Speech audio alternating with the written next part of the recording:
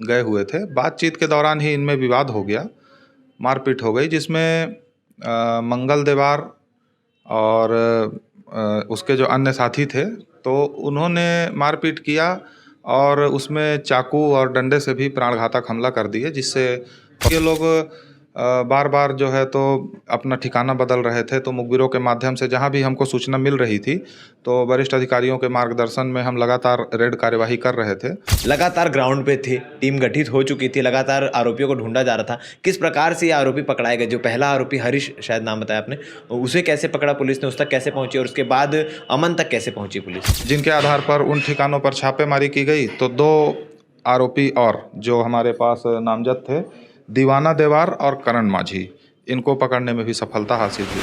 25 तारीख की रात 8 से 9 बजे के दरमियान रिसाली में जो शीतला मंदिर है उसके पास एक विवाद होता है, जहां पर रंजन यादव उर्फ पप्पू यादव के साथ उनके 2 रिश्तेदार रहते हैं। उन पर लगभग 10-15 लोगों के द्वारा हमला किया जाता है, ऐसी खबर सामने आती है।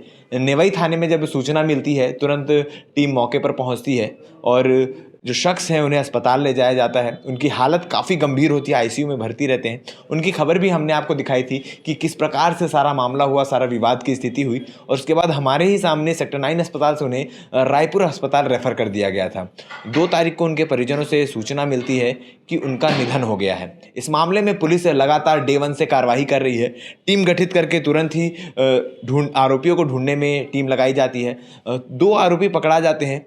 अभी अपडेट ये मिली है, आज दिनांक 10 दिसंबर को ये सूचना मिलती है कि 3 आरोपी और पुलिस के हिरासत में आ चुके हैं। लगभग 5 आरोपियों को पकड़ा जा चुका है और पुलिस के पास जो रिपोर्ट दर्ज है उसमें 7 आरोपियों के नाम हैं और जैसे जैसे लोग पकड़ाते जाएंगे वैसे वैसे आरोपियों की संख्या बढ़ने के आसार हैं। हमारे साथ नेवई थाना प्रभारी मिश्रा सर हैं। सर, इस मामले में क्या कुछ उस रात को घटना हुई थी और पुलिस की कार्रवाई किस प्रकार से शुरू हुई? इसमें दिनांक 24 नवंबर को जो विशाल यादव जो प्रार्थी है, ये स्मृति नगर क्षेत्र में गया हुआ था। तो वहाँ 4 आरोपियों मंगल देवार, प्रखर चंद्राकर और उसके 2 अन्य साथी थे, उन्होंने उसके साथ मारपीट करी थी। दिनांक 25 तारीख को प्रार्थी विशाल यादव का जो मामा है पप्पू यादव, उसको मंगल देवार ने शीतला मंदिर, माँ कल्याणी शीतला मंदिर के पास आपस में बातचीत और सुलह समझौता करने के लिए बुलाया था।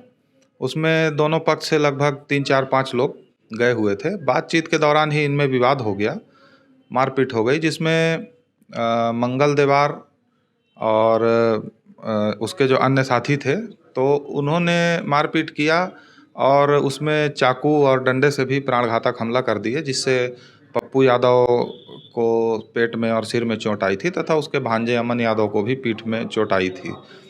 इसके बाद घटना करके तुरंत सभी आरोपी फरार हो गए, जिसमें तत्काल प्रयास करके घटना के दिन ही एक आरोपी हरीश साहू को अरेस्ट कर लिया गया था और बाकी जो अन्य 7 नामजद आरोपी थे उनके ट्रैक कर रहे थे हम कंटिन्यू उनको।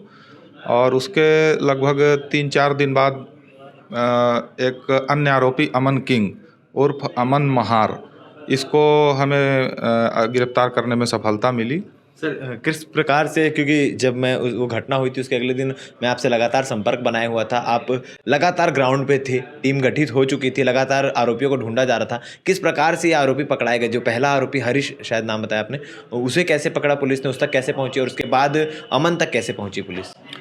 इसमें लगातार हमारे वरिष्ठ अधिकारियों, SSP sir, additional SP sir और सीएसपी सर लगातार मॉनिटरिंग कर रहे थे और हमारा पूरा थाना का स्टाफ आरोपियों के अरेस्टिंग के प्रयास में लगा हुआ था। हमारे मुखबिर भी सक्रिय हो चुके थे और जैसे ही हमें मुखबिर से सूचना मिली कि हरीश साहू, जो सबसे पहले आरोपी पकड़ा गया, वो भागने की फिराक में था, तो उसको भागने के फिराक में ही उसको पकड़ लिया गया। वो अपने घर के पास ही मिल गया था, तो उसको हमने अरेस्ट कर लिया था। इसके बाद जो अमन किंग है वो बाहर भाग गया था, जिसको लगातार हम लोग ट्रैक कर रहे थे मुखबिरों के माध्यम से और उसके अन्य जो मित्र हैं, सहयोगी हैं, उनके माध्यम से और अन्य जो वैज्ञानिक पद्धतियां हैं उसके माध्यम से भी हम उसको ट्रैक कर रहे थे। तो लगातार उसको ट्रैक करते हुए हमें ऐसा सूचना मिला कि वो दुर्ग रेलवे स्टेशन पर पहुंचने वाला है, तो वहाँ घेराबंदी करके उसको पकड़ा गया। तो पुलिस के पास पहले से उसकी सूचना आ गई थी, तो उसे घेराबंदी किया जा चुका था। हाँ, उसकी सूचना पुलिस के पास आ गई थी कि ये इस समय पर यहाँ रेलवे स्टेशन पर पहुंचेगा, तो उस हिसाब से घेराबंदी करके उसको अरेस्ट किया गया था। बाकी के 3 आरोपी जो भी पकड़ाए हैं, उन तक पुलिस किस प्रकार से पहुंची और कभी आरोपी पकड़ाए हैं सर? इन 3 आरोपियों में जो करण उर्फ दादू देवार, ये इसको हम लगातार ट्रैक करने का प्रयास कर रहे थे और ये लोग बार बार जो है तो अपना ठिकाना बदल रहे थे। तो मुखबिरों के माध्यम से जहाँ भी हमको सूचना मिल रही थी, तो वरिष्ठ अधिकारियों के मार्गदर्शन में हम लगातार रेड कार्यवाही कर रहे थे और इनके जो भी संभावित छुपने के ठिकाने हैं, लगभग हर जगह हम रात में, दिन में जब भी सूचना मिलती थी तो रेड कार्यवाही करते थे। उसी बीच में हमको सूचना मिली कि ये जो फरार आरोपी है दादू देवार, तो दादू देवार मिर्ज़ापुर तरफ भाग गया है और कल ये रायपुर तरफ आया हुआ था, ऐसी हमको सूचना मिली थी।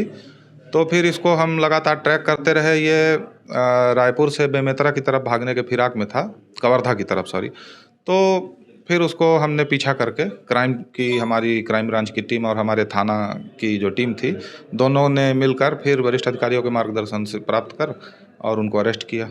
इसके बाद जब वो अरेस्ट हुआ तो उसने कुछ नए संभावित ठिकाने बताए अन्य आरोपियों के, जिनके आधार पर उन ठिकानों पर छापेमारी की गई। तो 2 आरोपी और जो हमारे पास नामजद थे, दीवाना देवार और करण माझी, इनको पकड़ने में भी सफलता हासिल हुई। इस प्रकार टोटल 3 आरोपी आज अरेस्ट हुए। सर, जो भी जितने भी 5 आरोपी अरेस्ट हुए हैं, उनसे पूछताछ के दौरान क्या बातें निकल कर सामने आ रही है कि आखिर इस प्रकार की घटना को अंजाम देने का क्या उद्देश्य था? इसमें आपसी झगड़े में जो विवाद बढ़ गया और बढ़ने में मारपीट करते हुए आक्रोशित होकर इनके द्वारा जो है तो डंडा और चाकू से हमला किया गया, जिससे गंभीर चोट पहुंचाने के उद्देश्य से इन पर हमला किया गया था, जिसमें इस प्रकार से ये बड़ी घटना घटित हुई है। सर, क्या क्या धाराएं लगाई गई हैं इनमें और किस प्रकार से बाकी के साथियों को पकड़ने की तैयारी चल रही है? इसमें धारा 147, 148, 294, 506, 323, 307 IPC पर FIR हुआ है और इसमें 25-27 आर्म्स एक्ट, चूँकि इसमें चाकू वगैरह का प्रयोग हुआ है, तो जोड़ी जा चुकी है। और इसमें लगातार हम वरिष्ठ अधिकारियों से मार्गदर्शन ले रहे हैं। हमारी क्राइम ब्रांच की टीम और साइबर सेल की टीम से लगातार हम संपर्क बनाए हुए हैं और प्रयास कर रहे हैं कि जो बचे हुए अन्य आरोपी हैं उनको भी जल्दी से जल्दी हम अरेस्ट कर सकें। सर, धाराओं की बात करें तो क्या आगे और भी धाराएं बढ़ सकती है और जो आरोपियों की संख्या है, पूछताछ के दौरान क्या और भी आरोपियों की संख्या बढ़ सकती है? अब धाराएं तो ऐसा है कि अगर किसी प्रकार का कंटेंट आता है जो अन्य धारा को कवर करता है, तो ज़रूर वो धाराएं भी जोड़ी जाएंगी और जो भी कड़ी से कड़ी कार्यवाही है वो करी जाएगी। और आरोपियों की संख्या वो डिपेंड करता है कि ये जो आरोपीगण जो पूछताछ पर क्या चीज़ें सामने आ रही हैं, और अभी कुछ गवाहों के कथन भी लेना शेष है, तो वो गवाह क्या बताते हैं उस आधार पर जिनकी भी संलिप्तता पाई जाएगी उन सब पे कार्रवाई पूर्ण रूप से की जाएगी। हाँ, अवश्य रूप से जो भी इस प्रकार की घटना में शामिल रहे हैं उनके विरुद्ध कठोर कानूनी कार्यवाही की जाएगी।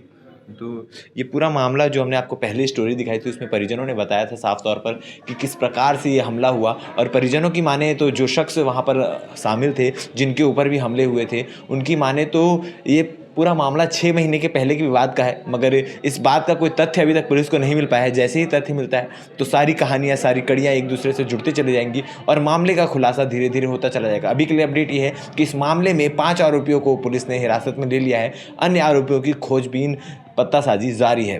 क्या कुछ अपडेट रहेगा, हमारे भिलाई टाइम्स को सब्सक्राइब करना ना भूलें। हम आपको पल पल की अपडेट पहुँचाने का प्रयास करेंगे। धन्यवाद।